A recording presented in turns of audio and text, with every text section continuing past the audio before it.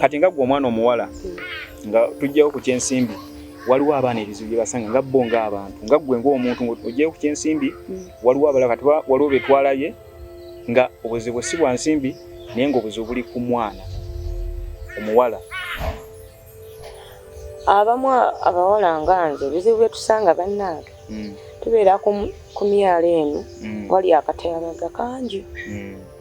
Usanga ku mwalo we wali abatamiivu abasinga tebaasoma kati ng'okulabamu ng'osoma kibayisa bubi abamu balaba obeera wenona fees. Balaba nga gwe omwana omuwala wano mu bitundu mu bizinga bya Ssaabasajja kati katugambe ku bibalama by'ennyanja abaana b'obuwala abasoma nga bava mu bibalama by'ennyanja nti okugenda ku ssomero kubanga kwonoona bisale bya nsimbi ebyo.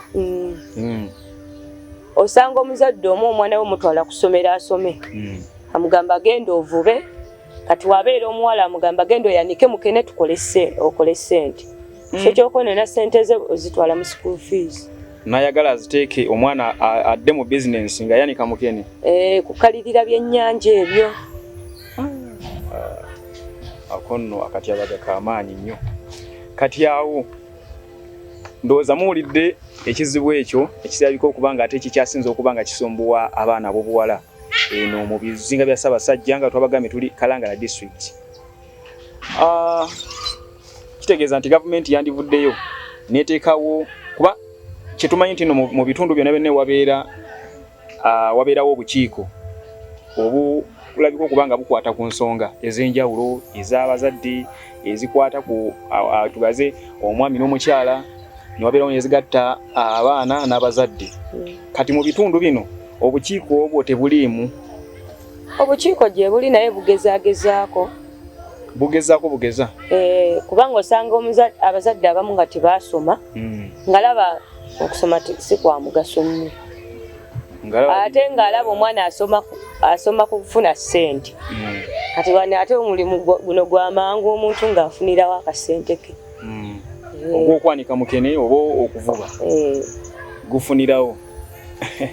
Kale nno bannange obulamu nno nabwo si bwangu. N'ekirala mu bitundu bye tubeeramu oba otambula bano abasajja jjukira ffe tuli baana ba buwala tuli mu ekizinga wali abantu banjawulo buli omu alina engeri gye yakulamu limu abamu n'endowooza ye. Osobola otambula olina kukwatirira okaaba omusajja ne twesanga ng'abamu batukwana tuli bato omusajja najja n'akwogereza ng'oli muwala muto n'akulimbalimba kati abasinga ndowooza bagenda okumalirizanga ate abamu ekibatwalayo si lwaki naye ensimbi nsonga akasente ako. PBS TV, straight to the world. Nga bw'otugambye nti ebizibu ebyo gavumenti olowooza yandisaze magezi ki okulabika nga esobola okuba ng'eziyiza oba okusobola okulabika ng'erwanirira eddembe ery'omwana omuwala mu Kalangala?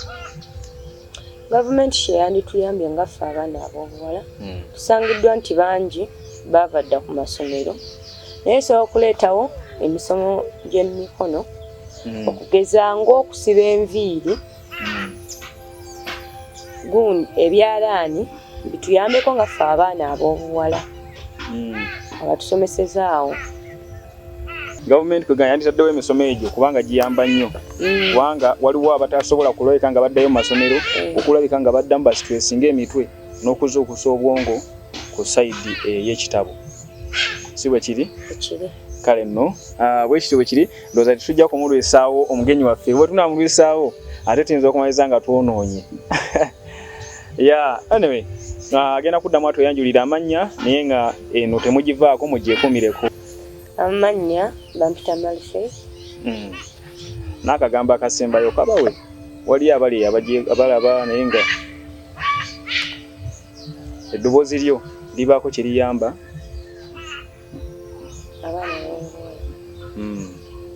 Ekigambo ekisembayo gwe abaana ab'obuwala ky'obagamba nga bba abaana ab'obuwala kuba gwe out of experience nze nga nze kyensobola okubagamba right now abakyali ku ssomero bakozese chance nga bali ku ssomero n'abo abaavaayo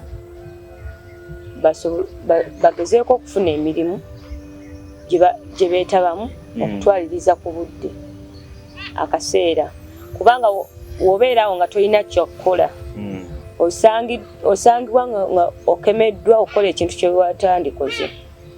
Nze mbagamba abali ku ssomero banyweze ekkalaamu basomere eddala kubanga abasajja tewali value mu basajja tebalina future ssaawa zino ng'okyali ku ssomero kubanga abasinga bakulaba ng'osoma bakwagala awo osoma naye wova ku ssomero kati bamba kwegamba kubanga kuonona future bakwenonera future naye omala okuvaayo n'ofuna olubuto nga naye ng'akuta kale nno awo nno abaana bubuwala amuwulidde ebigambo bya munnaffe ono amannya atubulidde nti ye Amari Faith nate era tunaaba nga tuddamu olunaku olulala atakuumira mpeera abatukuumire mbeere bulungi PBS TV. PBS TV, straight to the world.